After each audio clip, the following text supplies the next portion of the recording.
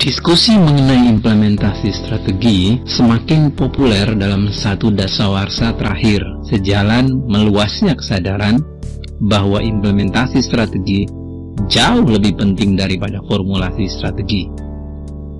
Hal ini diperkuat oleh munculnya kesadaran manajemen puncak, praktisi, dan peneliti bahwa organisasi semakin mudah memformulasikan strategi, tetapi pada saat yang bersamaan masih mengalami kesulitan besar untuk memastikan strategi menjadi nyata. Mengapa ini terjadi?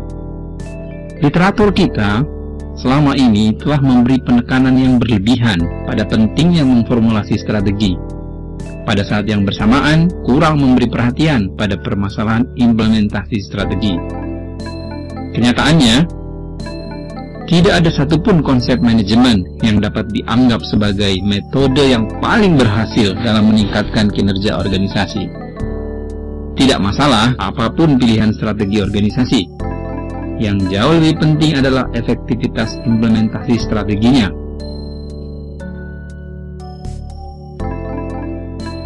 Strategi merupakan hasil penetapan tujuan jangka panjang organisasi. Strategi merupakan pilihan tindakan serta alokasi sumber daya dalam rangka mencapai tujuan strategik organisasi. Oleh karena itu, implementasi strategi merupakan proses penerjemahan strategi menjadi inisiatif organisasional melalui desain struktur organisasi, perencanaan sumber daya, dan pengelolaan perubahan strategik dalam organisasi. Organisasi umumnya meningkatkan kesuksesan melalui 3 langkah manajemen strategik, yakni strategic analysis, strategic development, dan strategic implementation. Model manajemen strategik mutakhir mengedepankan keterhubungan antara pengukuran kinerja dan pengembangan strategi, penurunan strategi, serta kontrol strategi sebagai satu kesatuan model yang dinamis. Permasalahannya, selama ini telah terjadi kesenjangan akibat literatur dalam 4 dasawarsa terakhir menunjukkan pendekatan yang sangat bervariasi terhadap topik implementasi strategi.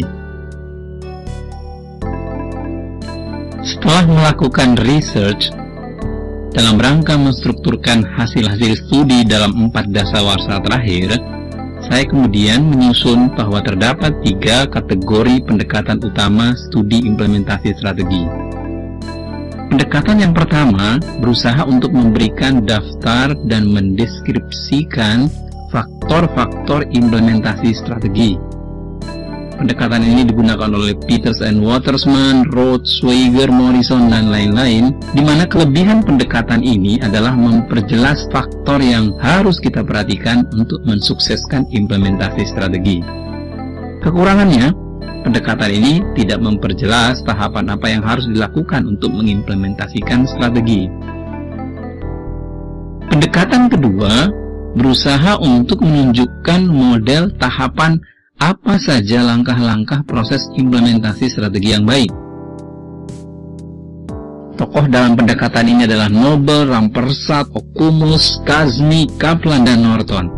Kelebihan pendekatan ini adalah memperjelas tahapan langkah yang diperlukan oleh manajemen dalam mengimplementasikan strategi. Kekurangannya tentu saja, strategi bisa gagal meskipun langkahnya benar, akibat kurangnya dukungan faktor-faktor pendukung implementasi strategi. Kekurangan pendekatan yang lain adalah tidak banyak membahas faktor-faktor pendukung implementasi strategi apa saja yang mempengaruhi kualitas pelaksanaan setiap tahapan implementasi strategi. Pendekatan ketiga dalam studi implementasi strategi menekankan pada deskripsi mengenai apa saja problem yang menghambat implementasi strategi. Penelitian yang dilakukan oleh Alexander, Al-Ghamdi, Shah Khalali berusaha untuk memperkuat pendekatan ini. Kekuatan pendekatan ini adalah menjelaskan kepada kita masalah apa saja yang bisa menghambat kesuksesan implementasi strategi di organisasi kita, kemudian bagaimana mengatasinya. Kekurangannya, pendekatan ini tidak begitu memperjelas apa saja pedoman langkah tahapan implementasi strategi yang perlu kita lakukan. Disertasi model implementasi strategi sebagai determinan kinerja sesungguhnya merupakan usaha untuk menggabungkan topik mengenai kerangka kerja tahapan implementasi strategi, faktor-faktor kapabilitas organisasi pendukung implementasi strategi, dan problem penghambat implementasi strategi dalam satu penelitian. Dari sudut pandang ini, maka 7 langkah transformasi manajemen kinerja sesungguhnya merupakan sebuah model implementasi strategi yang terdiri dari 7 tahapan penting sebagai berikut. Pertama, pentingnya menemukan kembali misi dan visi yang membakar semangat. Tahapan kedua, kita perlu mengidentifikasi indikator kinerja level organisasi. Ini kemudian diikuti dengan langkah ketiga, yaitu menetapkan indikator kinerja berbasis posisi terkait keberhasilan yang penting untuk setiap jabatan di dalam organisasi. Langkah keempat diikuti dengan memperjelas deskripsi indikator keberhasilan kinerja tersebut dengan target yang menantang. Langkah kelima adalah kita harus memastikan munculnya rencana kerja perbaikan untuk melaksanakan strategi. Pada langkah keenam, kita mengimplementasikan penilaian kinerja berbasis KPI dan kompetensi, dan kemudian sekaligus menghubungkannya dengan sistem imbal jasa. Langkah ketujuh yang merupakan langkah yang penting dan terus-menerus dilaksanakan sepanjang tahun adalah kita harus menegakkan sistem kontrol dan monitor terhadap pencapaian target strategi kita.